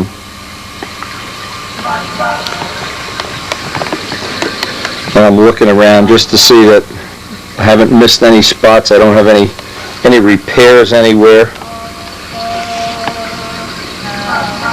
This is one of the parts that I'm just tickled pink with the way the windows and the front end of this came out, the anti-glare panel, the lettering. It looks representative of a B25, and yet we have shrunk it down quite a bit relative to real scale. And we'll see when it's all put together, when it's all buffed out. I'm really looking forward to seeing this in one piece. No point even fooling around, because we know we're going to use 5, 6, 7 sheets of sandpaper, sanding that out. There's just no reason to think we're going to do this real quickly. And what I've tried to do for a part this big, I've tried to leave a dedicated day that I'm not, a dedicated session is the right word. So I don't have a tendency to want to rush this through, because this for sure is one of the things. It's just going to be time consuming. There's no reasonable way to speed this up to make it go in a half an hour or something, and if you try that, you're really just going to disappoint yourself. And I want to pick the spot to start with that has the most lettering and things like that on it.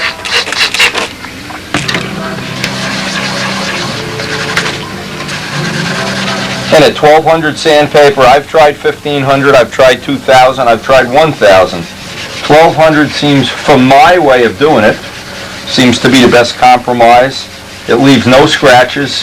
Once you do the final shine polish out, there's for all purposes no scratches at all. And if there was a quicker way to do this, there isn't. I picked up one spot here, but typically a spot the size of a playing card until it's dead flat, and then move on to the next spot. The only reason I'm doing such a big spot, this is where all the lettering is on a plane. There's a lot of edges and angles there.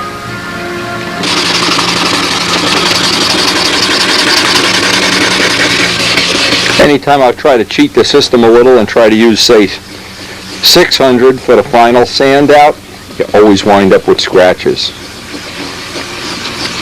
At least scratches that I can see. Not sure everybody would be able to see them. And once we get rid of all the moon craters, what we're going to do is do the whole sanding of the whole part before we start to buff it. So I want that whole part to be just dead flat without moon craters. This came from Dave Downey while I was buffing this fuselage away. This will keep me inspired. Oh man, nice.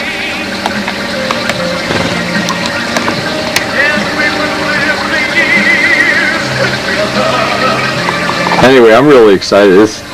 Dave is supposed to be sending me some pictures of this P6 too, hard copies, because I can't get them off the format that I have.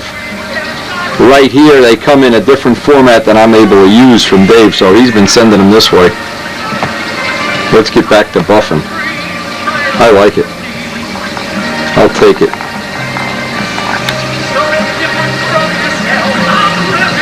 Another good tip, and this is one of my favorite ones, is when you're going to do a surface where it's a lot of curved edges and corners and angles, it's just as easy to just get a pair of old socks,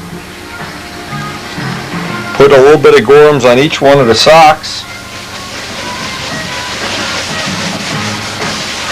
Now where on flat surfaces it's okay, but where you really get a nice, again, see up by all of these little areas, these split areas.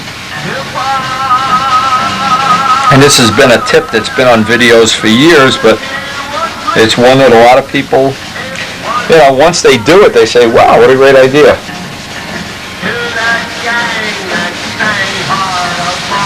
Anyway, we have these P6 pictures coming. I need a new computer, that's what I need. What I need is one of these fast internet access things so I can just go bing, bing, bing and be there. But actually I am getting good use out of the old one, I shouldn't complain. Anyway, for curved surfaces or this kind of an area, what you can see is it doesn't take long.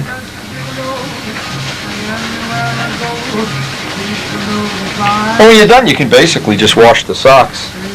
First time I put them in a laundry, Karen says, what's that? What'd you do? Step in pink pudding or something? Well, honey, no, we stepped in Gorham's.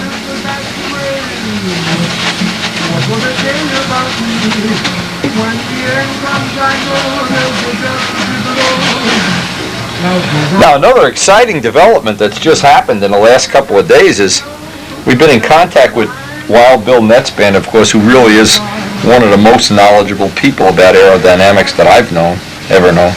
And what Bill has basically emailed us and told us is that he's convinced that the nacelles are going to make lift. So if that's the case, boy, we're going to be in Fat City. But if not, well, you know what? We're going to find out.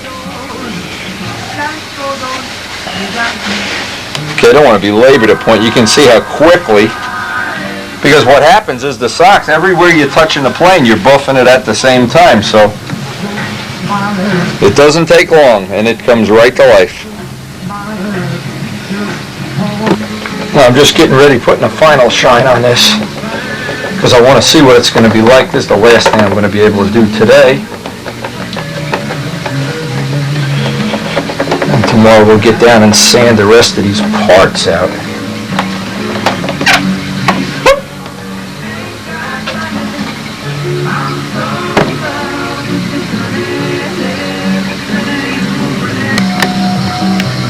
If you can see in the video, but that really did a nice job of buffing up, as Brodak Dope always does.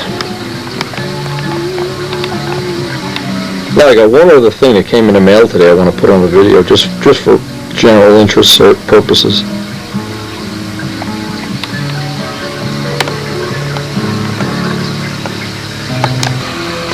Now I always get these in the mail, and I'm not sure what one looks like or sounds like or whatever, but I saw one thing on here that was pretty interesting. These, and I know these are not real powerful engines, but one of the things that's interesting is they were, let me just see if I can find this now. I was looking at this when I had lunch. Here's a 60. Now keep in mind, this is geared 2 to 1. It turns a 1612 APC, but it runs at half RPM. In other words, it's got a gear. Now, you know what I wish these people would do? I mean, I'm always interested in anything relating to this. What I would like to see is send me a free motor. Anyway, they do have, I'll just put their website on here. If anybody's interested in this, I'm sure you can look it up on a website. It is general interest information.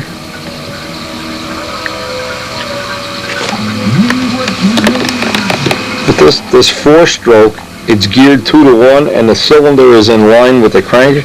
Looks like something that it'd be, Banjo could probably buy 2 of these, but anyway, I'm always interested in new stuff. Anybody has one of these or runs it? Now today I've kind of allocated the day to, since it's another one of our beautiful rainy stormy days, I've kind of allocated this day to trying something I haven't tried before. Normally what I would be doing here is I would be sanding this whole part out with either 600 or 1200 depending on just how fussy I was going to be. In this case I'm using 1200. And I would be wanting to put on one more wet coat of clear. And that, after I reweighed everything part by part by part, and I see I'm well within the finish weight that I anticipated, but what I'm not within is the weight that I did not allocate for the nacelles and for some of the other detail parts that have gotten to be heavier than I expected. So what I've decided to try to do, and no telling if this is going to work, or if it's even going to be mediocre, because I can always, see the thing is, on a thing like this I can always change my mind. I'm going to try to sand this without putting that final coat of clear on and just see what kind of finish I can get. Because every ounce I can save from this point on is going to be significant. Now if I happen to go through in a couple of spots, and I'm sure I will, what I'll then try to do is just touch up that one little area, and because Brodak Dope repairs and feather edges in so easily, what I'm hoping is I can save, the better part of an ounce this way, because we're really getting to the point where I would like the model to be lighter than it is. I've also ordered, with Noel Drimdak, we finally got the right address for these wheels. As soon as I find out they have them in stock, I'll put the address up on the board.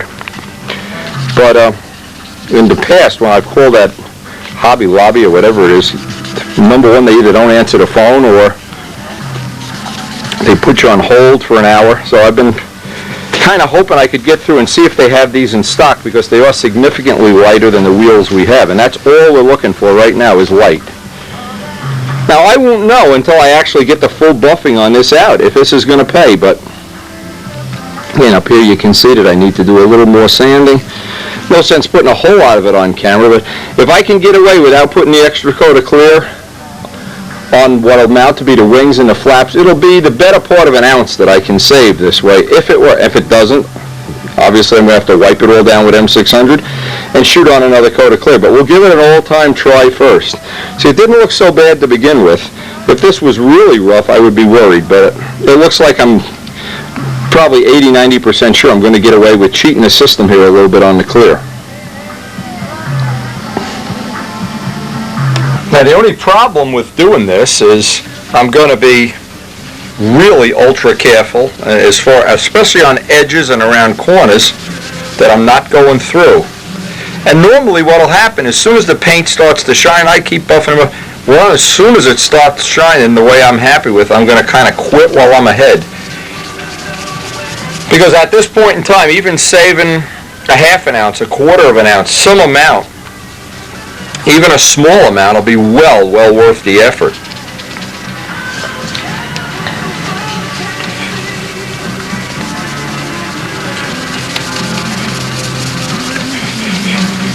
Now the trick is that when the paint starts to buff up, and it buffs up quick, what will happen is when you know you have that extra coat on, or that, you just buff away. Well, here I'm being more than cautious,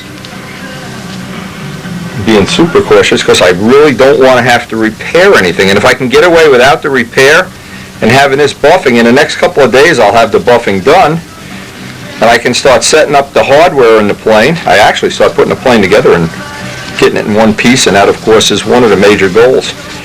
But we've just gone through about a week and a half of terrible weather, and I've taken good advantage of it, which is, I guess, first the good news and then the bad news. Anyway, this is starting to buff up. Now even as I see it starting to buff up, let me get a clean towel. Like I said, let me rip 14 towels apart before I get one to come off.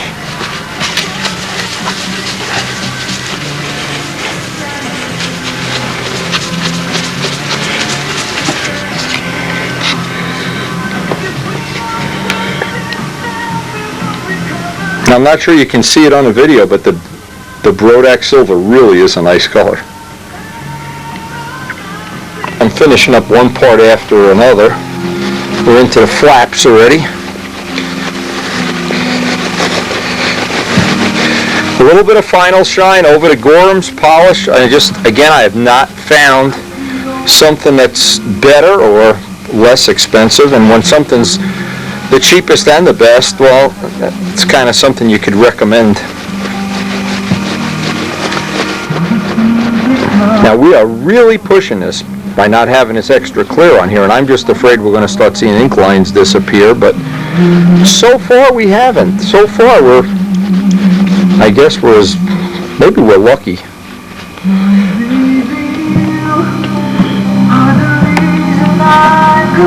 Anyway, that's what we've been looking for, and it looks like, at least for all practical purposes, we're going to be able to get away without the extra clear. Well, we've kind of reached a little watershed in this project as far as the buffing goes, and usually the buffing is, and Joe Adamusco estimates it's about 40 hours. I estimate it's about 60. In a project like this, it might be twice that amount. I don't know. We've been buffing away, but we're not rushing it. See, that's the whole thing. When you get to this point, everybody's tempted to rush it. Let's get it all done in one day and run out and fly it. Well, we'd like to do that too, but we've taken advantage of the fact that the weather we've just had an inordinate amount of bad weather, rainy weather, and we've used it to our advantage because we're not rushing. If we were in the middle of having some great weather, I don't know that it's like not eating pizza pie. I don't know that my willpower would have held up as well as it did, but we're looking at, and this is the final part of this that's going to have to be taken care of. We're going to start on it tomorrow. This whole thing, I'm guessing, is going to be able to be sanded out.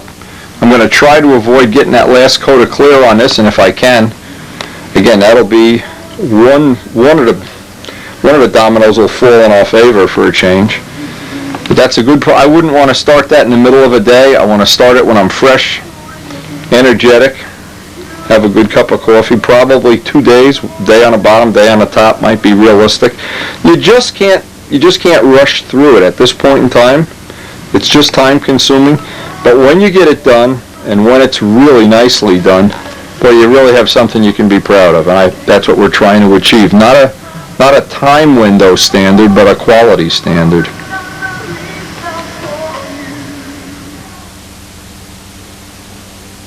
So anyway, this came from Noel Drindak, and I wanted to get this on before, but these are the wheels that are appropriate.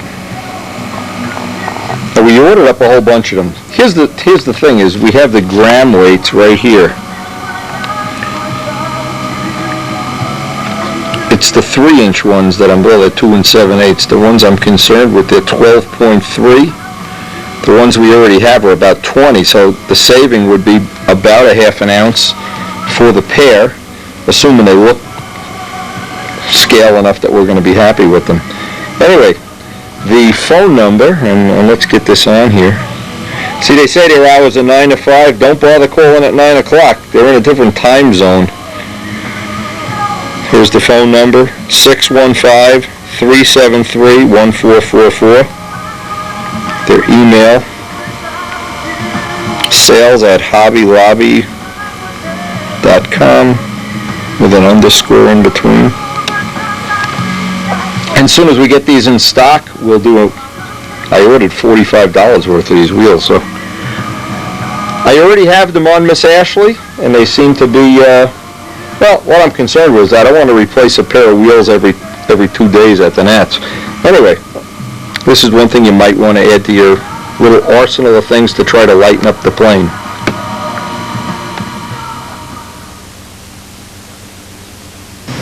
Now, from Bruce Hunt in today's mail. And Bruce, thank you very much for the pictures. It's a whole slew of pictures of Paul Walker's new P51 based on the Miss America paint job of the Miss America. Anyway, this has a lot of nice, unique features, and I hope we're going to see them either in Stunt News or he'll write us a little thing describing how he did the take-apart stuff, since that's what Seems to be a topic everybody's interested in. Bruce said he used the Tom Morris method. I'm not sure what that is, of using the plug-in wings.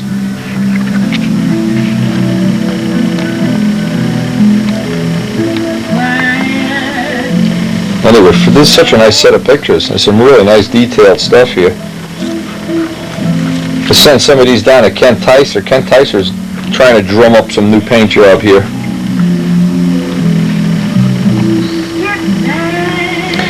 But it shows you there's going to be more than one Mustang coming up very soon at the Nats. Now this has plug-in wings. I gotta, I never got any information from Tom Morris, so I hope Tom Morris would publish it anyway. With the little, he's got some machine parts, like kind of a thing you can plug the wings in, which is nice. Looks like Paul's using an electric starter from the look of the spinner. We all know what that looks like. Has a Sato 56.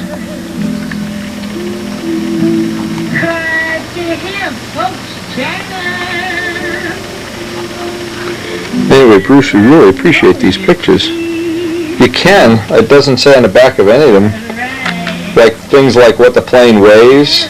So you've got a 3-blade, kind of a volley prop thing. From the look of it, it looks like it's based pretty close to an Impact, which obviously is a good choice. Proven design, like an Impact with a Mustang fuselage. These look real nice. Now these I'm not going to send into Stunt News, I'm going to keep some of these for myself. Some of the people I know, like Danny, that really love Mustangs, really enjoy seeing these. Anyway, just a great set of pictures. Now, unfortunately, we're coming up on the end of the tape. And tomorrow, here's the little thing for getting the wings plugged in. Like Doran had that type of technology. Anyway, we'll see how this is at the Nats. Looking forward to seeing it, needless to say. Anything Paul does is always interesting. Always competitive.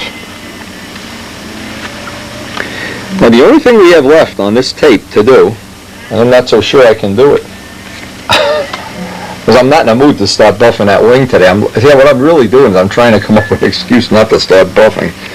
But like everything in life, some days you just have to bite the bullet.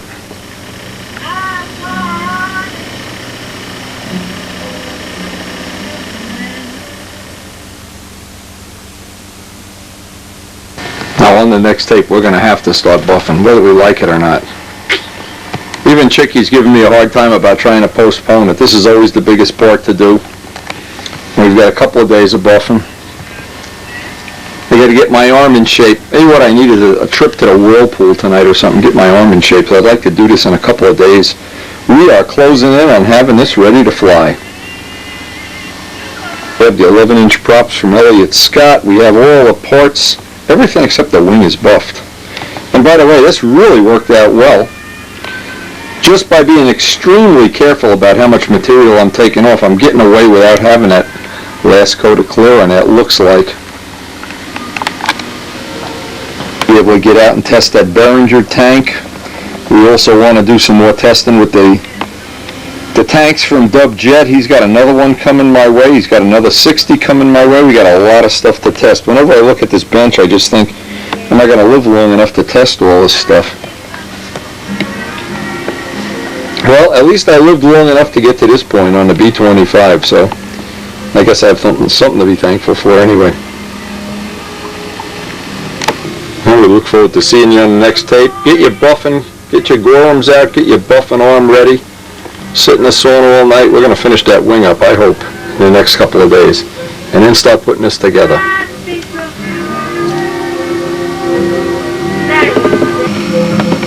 Of course, please share the tapes with all your friends, and hey, most of all, share the event with everybody. We are going to have some cool stuff coming up. This is going to be a summer to die for. I can just feel it coming.